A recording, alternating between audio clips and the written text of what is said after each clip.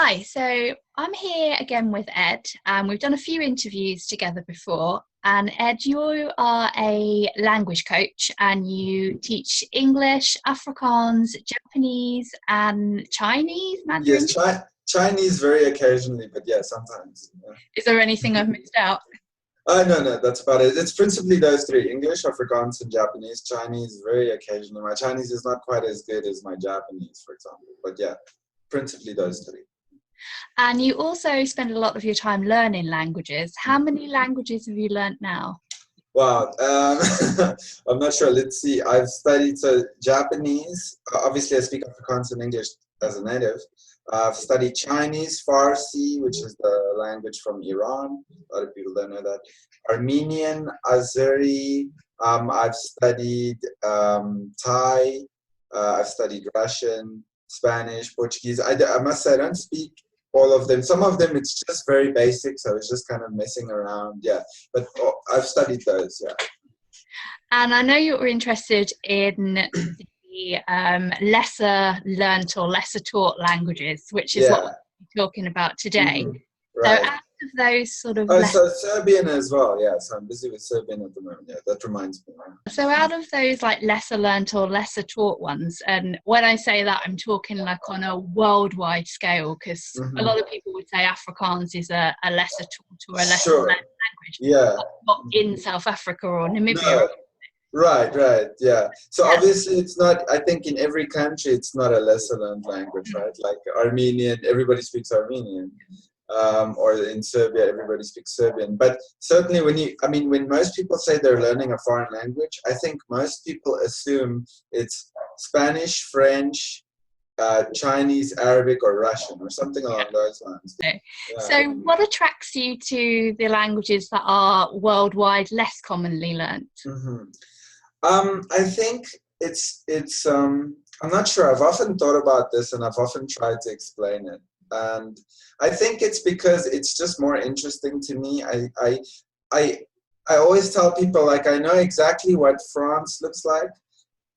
That's not exactly true because I've never been to France. But if you say to me France, the kind of stereotype, the picture that comes up in my head is, the Eiffel Tower and, all of the, Paris and everything. So I have an idea of what's there, and I've seen it on TV, and, everybody knows France. If you say Italy, it's Rome, it's the Colosseum. If you say Spain, I don't know about any particular building in Spain, but, I have more or less an idea of what the weather looks like, what the people look like, and so on. But if you say Slovenia, what comes up? I don't have an image of Slovenia. I don't know what Slovenia looks like. I don't know what the people look like. And earlier on, I know where it is now because I'm studying Serbian. But earlier on, I had no idea where Slovenia was. I had, if you showed me a map of Europe, I'd be like, oh, it's one of those. But I wouldn't actually be able to point out which one. And I didn't know the difference between Slovakia and Slovenia. So I think what attracts me to those, less popular languages is a sense of intrigue. I want to know more about the world. I want to know different places. I want to travel. But I want to travel to the places that I know nothing about. And I view language learning as a vehicle to learn more in general. To learn more about a country, its people, the geography, other things which I might not take into account, which I might realize after I learn the language. So, for example, when I was learning Japanese, I had all kinds of stereotypes about Japan in my head before I learned Japanese, and then I learned it, and then I found out that the country was much more diverse than I thought it was, and there was a lot of things that I became interested in afterwards because I knew about them that I didn't know about at all before I studied the language. So there's a sense of I'm going to get something which I don't have now, which is probably true of all languages. But information is more valuable when it's not obvious. So for example, if it's raining and you're outside and I come up to you and I say, hey, it's raining, that's not very valuable because you already knew it was raining. But if I tell you something that you didn't know before, the fact that it's surprising makes it more valuable. And that's kind of how it is for me. Serbian is more valuable for me than, say, Spanish, which I might also be interested in. But it's more valuable right now than Spanish because I think I know a lot about Spanish in terms of the fact that I know about countries that speak Spanish and I know where they are. And I think I know more about them than I otherwise would know about, let's say, Serbia, which I know nothing about. And so there's a sense of intrigue about Serbia. I want to know what goes on there and what it sounds. And early on, I didn't even know what it sounded like. So that's another big thing as well. I know exactly what French sounds like. I could identify French immediately. I know what Spanish sounds like, but I didn't know exactly what Serbian sounded like. And I probably still don't know exactly what it sounds like. If I hear it, I might confuse it with something else. So there's that as well. It's just a sense of what is this, kind of. Yeah. I'm just as interested in the other languages, but there's not a sense of urgency. Perhaps because I feel like I know them. And like I said, that might not be exactly correct. It could be that I don't know them. If I go there, I'll obviously discover things I didn't know. I'm sure I would enjoy it and everything. But there's not a sense of urgency, whereas with Serbian, I feel almost like I'm losing out. I almost feel like time is going by and there's stuff I don't know that I could know and that I need to know it now. And I don't know where that comes from. But with Spanish and French and those languages, I'm just as interested in them and I do want to learn them. But there's not that sense of urgency that I feel with some of the lesser known languages. It's something along those lines. And I think, like you, learning a language is a good way to explore the country or learn about the country and learn about the culture and the people. Yeah, it's a kind of an intellectual challenge, but it's going to have real life rewards. So it's something you can do by yourself as a hobby, and it's fun. But it's not just that; there's going to be real world repercussions in a good way, because you're going to be able to so. It's a great thing, really. I really think it's underappreciated. I honestly don't understand why more people don't do it. I suspect most people just don't know what it feels like. And most people think it's harder than it seems. They think it's this massive challenge which you have to kind of almost devote your life to, and it's not really true at all. It's actually when you really examine what it takes and what you're getting in return, it seems almost easy to me. It really doesn't seem so bad. I've got a lot of experience now, so that might, I didn't necessarily feel this way at the beginning when I was learning my first language. But certainly once you've done the first one, the second one, becomes very easy because you've been through the process. And then the longer you keep going and the more you do it, just the easier it gets. Yeah. There's pros and cons to learning the languages that aren't as widely taught, and one of the cons is definitely that there's not as many material resources out there and course books and CDs. But for me, that's meant that I've had to contact native speakers to learn, and then I've started speaking sooner, and I think that's been a big plus. And with the French, I've kind of hid behind the books because there's so many books out there, and I don't speak French very well at all, and I've been learning French since I was 9 and I'm now 37, whereas Afrikaans I've only been learning for 3 years, and I can speak way more Afrikaans than I can French. That's true. That's a very good point. I never considered that before, but I guess it's true. Yeah, you want to. So the best resource you can have is an actual speaker. Definitely. Even if it's not a native speaker. An actual speaker is the best resource you can have because it's a live person you can communicate with, you can have fun with, and you can ask questions. You can't always ask a question from a book. If I want to know this phrase right now, but it's not coming up in the chapters that I'm working through, I'm going to have to keep looking for it or just go without it for now. With a speaker, I can ask it immediately. I can get them to record it for me. I can write it down. I can do whatever. So that's a very good point. Forcing yourself to actually go into contact with the language.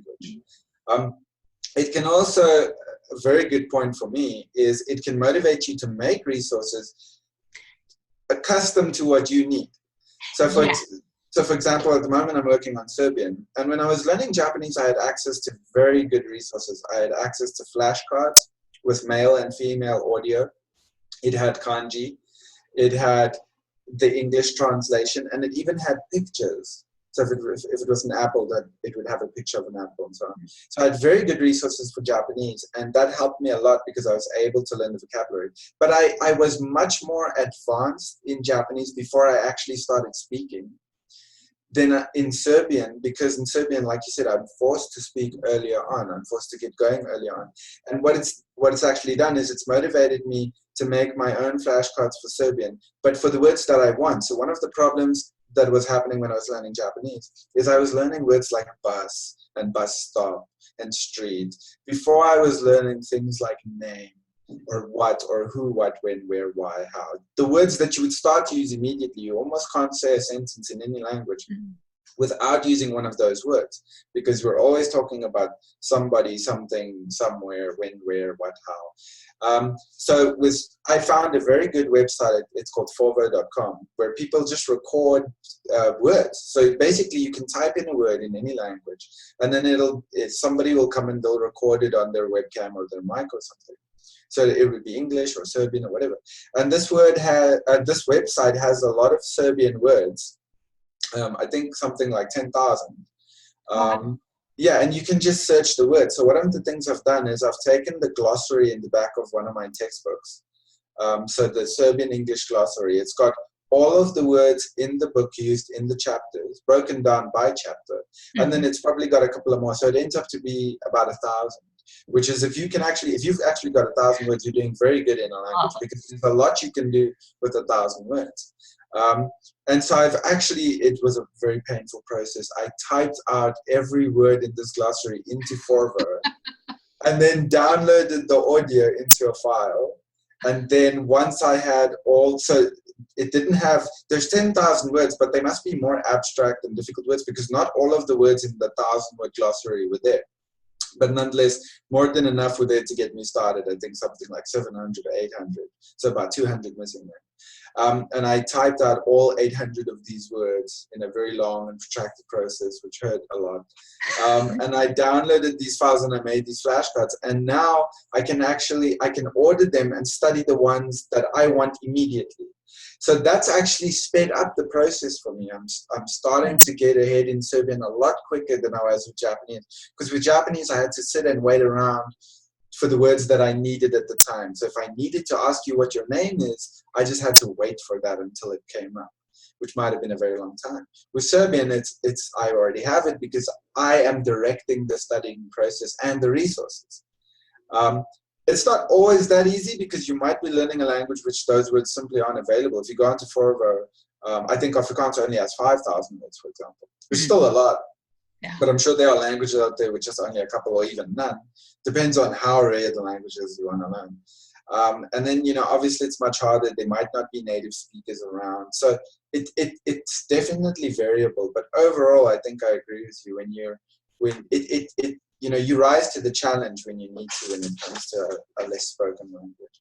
Yeah, it's true what you say about picking the words that are relevant to what you want to say as well. Because with the French, I found the same thing. I'm learning, going to buy a pair of gloves at a shop, which I'm probably not going to do. Yeah, you're not going to do. And how often are you going to talk about gloves? Exactly. Whereas with the Afrikaans, it's been having real world conversations. So quite often for homework with one of my other Afrikaans tutors, I'll write down like something I would like to do, or my dream holiday, or something that's happened in the past. So things that I'm going to be communicating with people, and then I learn the words that I need to learn through doing that, or talking about topics that I'm interested in. Exactly, yeah, that's the most important thing. If I take that Serbian glossary, that alone is a huge resource, because it's 1,000 words, it's irrelevant words, it's the words you're most likely to use soon. Because obviously they take an index of the most common words and then put that in the glossary. And so that alone is like a massive resource. When you then combine it with chapters, with extensive dialogues and explanations and things, that can take you years to study. And that's not necessarily a bad thing, because you can use it for a long time. So a lot of people might look at one textbook and think, oh, that's not enough to study Japanese. I mean, Japanese language must be huge. But it can often be more than enough. And I had the same problem that you have with French. I had a massive amount of PDFs on my computer for Japanese. I had audio, I had flashcards, more flashcards than I could ever hope to learn. And I never felt like it was quite enough. And it ended up, it's been about 8 years now since I started studying Japanese. And I've used a very, very small amount of even the resources that I actually use to learn Japanese. Yeah. So it's really not a problem.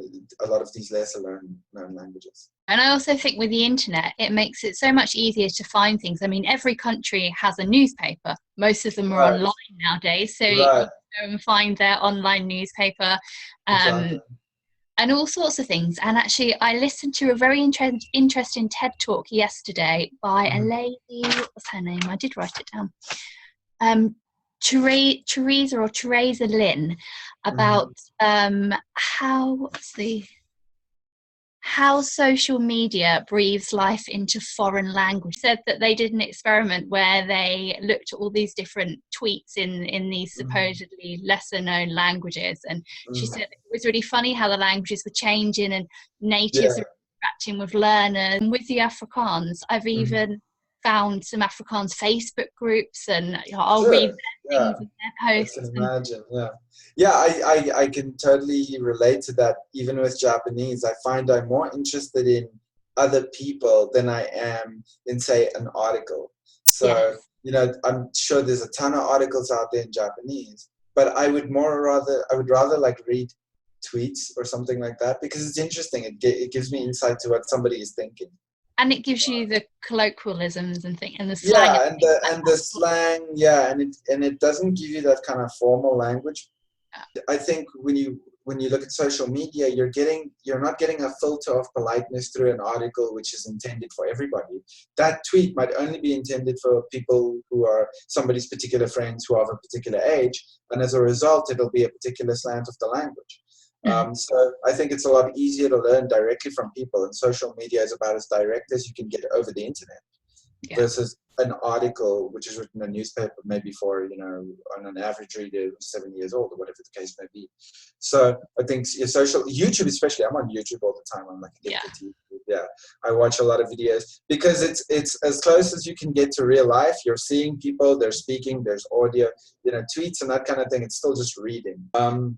So yeah, things like YouTube is a massive help in that regard, and social media overall. And I think, I would have probably not studied Serbian. I happen to have real life Serbian friends, so maybe Serbian is not a good example, but I would have never studied, let's say, Czech, which I'm also interested in. I would have probably never studied Czech if it wasn't for the internet, because I would have been relatively unlikely to come across it anywhere really and take up an interest in it. But I can access it anytime now and listen to it and hear it and so on and so forth. So I think social media is for me at least, a big driver of trying to study some of these lesser known languages, because I'm exposed to them.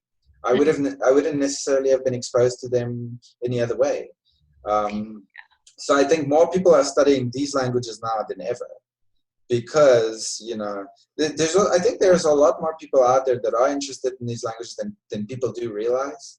It obviously doesn't compare to Spanish or French, but no. I'm sure there are more people learning Czech now than ever before. So the reason I like learning the languages which aren't as commonly learned worldwide. The reactions. The reaction, totally. I mean, when I was last in South Africa and I'd actually worked up the confidence to have a conversation with a real life person outside of my lessons with you. And the reaction was amazing, and there was so much warmth, and people, I was worried I was going to get, laughed at and looked at funny, because that had happened to me with French a few times. Sure. With Afrikaans, no, it's always been so positive, and why did you decide to learn this? And wow, your Afrikaans is really good. I mean, it probably wasn't. I know what you mean. Yeah, it's. It's almost like instant happiness in a box, isn't it? I don't know what it is. Yeah, it's the same thing with Japanese. Japanese is still kind of popular, but it's not as popular so that people kind of expect it. I mean, it's very different from how we react to people speaking English, isn't it?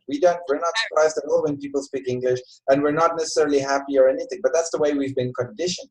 We expect people to learn English. You know what I mean? Which is kind of, it's not that good, is it?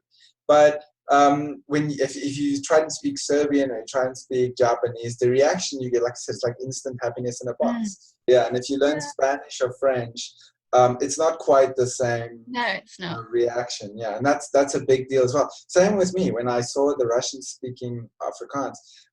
It's I don't know what it is, but it's an amazing feeling. Mm. And that's a big part of it for me as well. Yeah, I'll admit I enjoy that feeling.